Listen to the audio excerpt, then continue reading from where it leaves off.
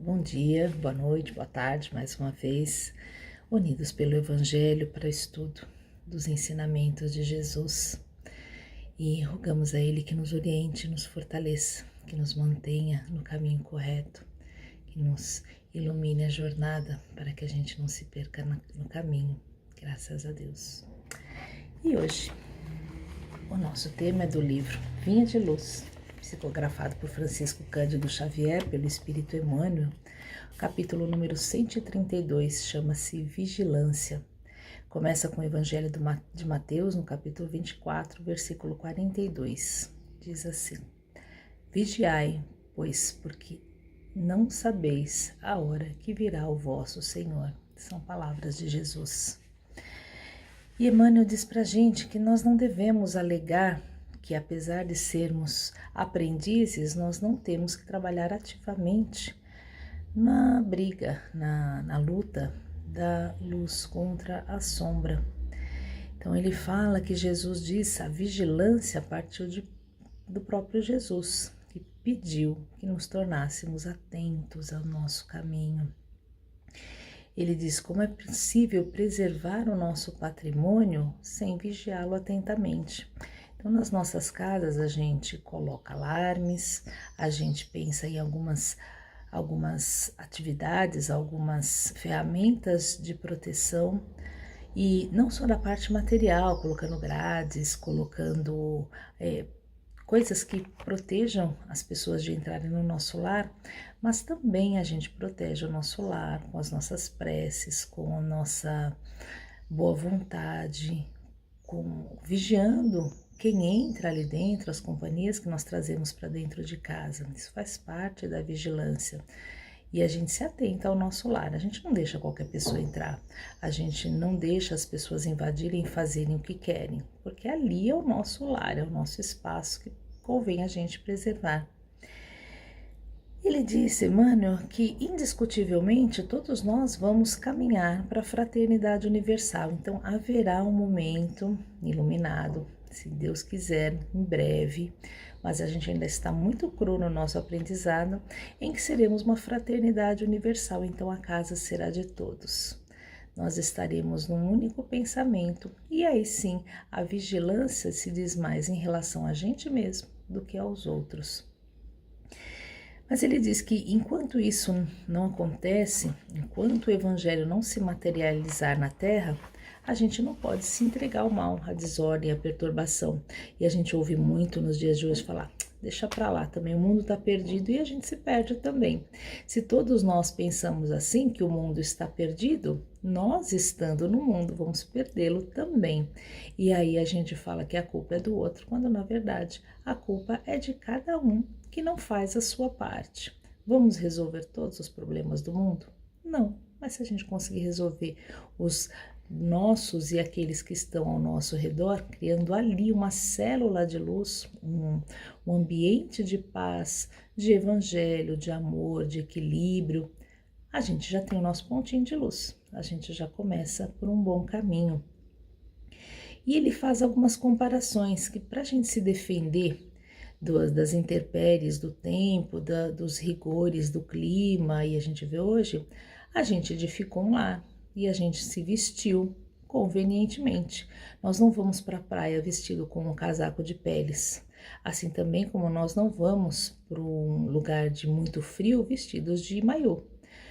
A gente se veste convenientemente. Então ele fala que a lei da preservação é exatamente nesse sentido. Ela é uma esfera de trabalho no mundo inteiro. Então, as coletividades, nós precisamos de organizações que façam com que as estruturas menores funcionem. Então, nós precisamos de lei, nós precisamos de regras. É muito interessante quando a gente vê pessoas que saem aqui do Brasil falando que lá fora as pessoas são muito respeitosas. Você coloca o pé na faixa de pedestre e os carros param. É muito bom, são pessoas diferentes, são civilizados, são elevados, são melhores do que nós. Mas essa mesma pessoa que fica encantada quando, ao colocar o pé na rua, ela consegue atravessar porque os carros param, é aquela mesma que, chegando aqui no Brasil, atravessa o sinal vermelho para em cima da faixa, não respeita as leis. Então, essa mania de achar que lá fora é melhor, quando nós vamos visitar, se lá tem coisas boas, a gente precisa aprender a aplicar aqui também, porque as lições boas que foram colocadas lá fora têm que servir para a gente também. Não adianta só a gente achar bonito, nós fazemos parte do trabalho, nós somos a sociedade, então se a gente quer que ela melhore, nós temos que melhorar também. E a gente fala, mas não adianta, todo mundo faz errado. E é esse pensamento que faz com que a gente continue vivendo situações de conflito, situações ruins, de falta de assistência, de caridade, de amor, porque a gente deixa de fazer a nossa parte achando que quem tem que fazer é o outro, quando a obrigação é nossa. A mudança começa em nós. Então, ele diz que as nações precisam de várias casas de organização e a gente acha muito bonito quando a gente vai trabalhar em algum lugar e a gente faz coisas boas, tem pessoas fazendo coisas boas ali. Mas a gente também pode fazer o nosso pequenininho, pequenas partes, mas a gente precisa fazer. Então ele diz que no serviço de construção cristã no mundo futuro é indispensável vigiar o campo que nos compete. E aí tem uma historinha no livro Jesus no Lar que fala de 3 príncipes cujo pai chamou eles para levar presentes para um outro rei distante. Deu a um deles um jarro muito caro, deu a outro um manjar, como eles falam, um bolo muito precioso, e para o outro deu uma ave raríssima para que levasse de presente ao outro rei. E os 3 foram cheios de boa vontade, assim como nós, cheios de boa vontade de melhorar e aprender. Mas no meio do caminho, o que estava segurando o bolo achou que o irmão não estava carregando a ave como deveria e foi ajudar a arrumar. E o outro achou que estava desequilibrado o jeito como o outro estava carregando o vaso, e podia ser que ele derrubasse. E um tomando conta do trabalho do outro, do que o outro estava fazendo, do trabalho que competia ao outro, acabou por derrubar o bolo, o outro deixou a ave fugir e o vaso se espatifou no chão. E eles voltaram para casa muito tristes porque não foram capazes de cumprir a tarefa que lhes foi dada. E a gente faz assim também. A gente passa muito tempo, perde muito tempo cuidando das atividades que os outros deveriam fazer. Então, se nós queremos ficar felizes ao atravessar uma rua, um carro parar para a gente, quando nós estivermos no carro, nós temos que parar também. Se nós queremos que as pessoas respeitem nosso espaço, as leis em volta de nós precisamos respeitar também. No Brasil é muito comum a gente falar que as leis não pegam. Algumas leis são arbitrárias, algumas coisas precisam ser mudadas, mas precisam ser mudadas pela lei. E se nós não concordamos com elas, precisamos trabalhar pela mudança delas. Mas muitas leis são para nossa educação. O brasileiro é um povo maravilhoso, mas precisa ser educado para atingir o melhor do seu potencial. E nós precisamos nos deixar educar.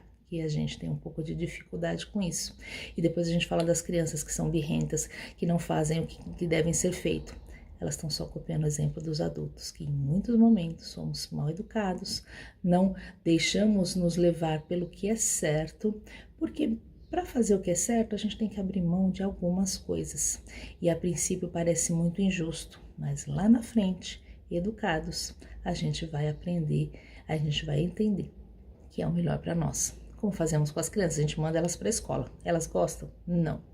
A gente precisa trabalhar. A gente fala que gosta? Não, a gente preferia ficar na praia, tomando um suco, caminhando, se divertindo. Mas aí o nosso espírito não evolui. A gente não melhora, não cresce. Então, trabalho, educação, vigiar as nossas atividades, esse trabalho é nosso. E cabe a nós fazer o melhor que pudermos para atingir esses objetivos.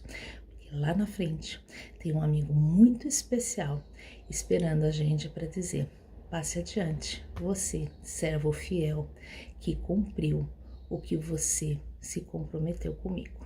Que estejamos juntos nessa caminhada. Muita paz.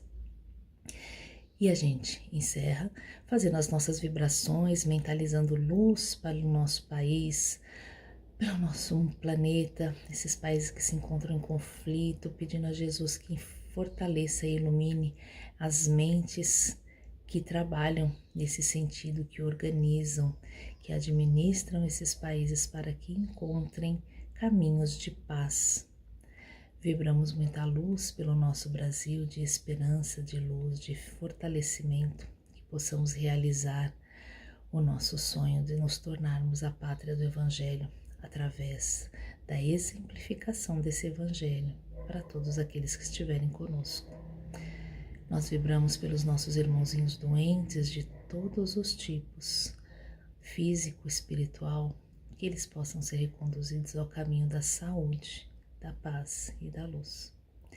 Nós vibramos pelos nossos irmãozinhos que se encontram nas ruas, abandonados, por aqueles que se encontram nos presídios, por aqueles que estão nos asilos, por aqueles que estão nos orfanatos, por aqueles que se perderam nos vícios, sejam eles quais forem, que possam ser reconduzidos ao caminho do amor, da luz, da esperança e alegria.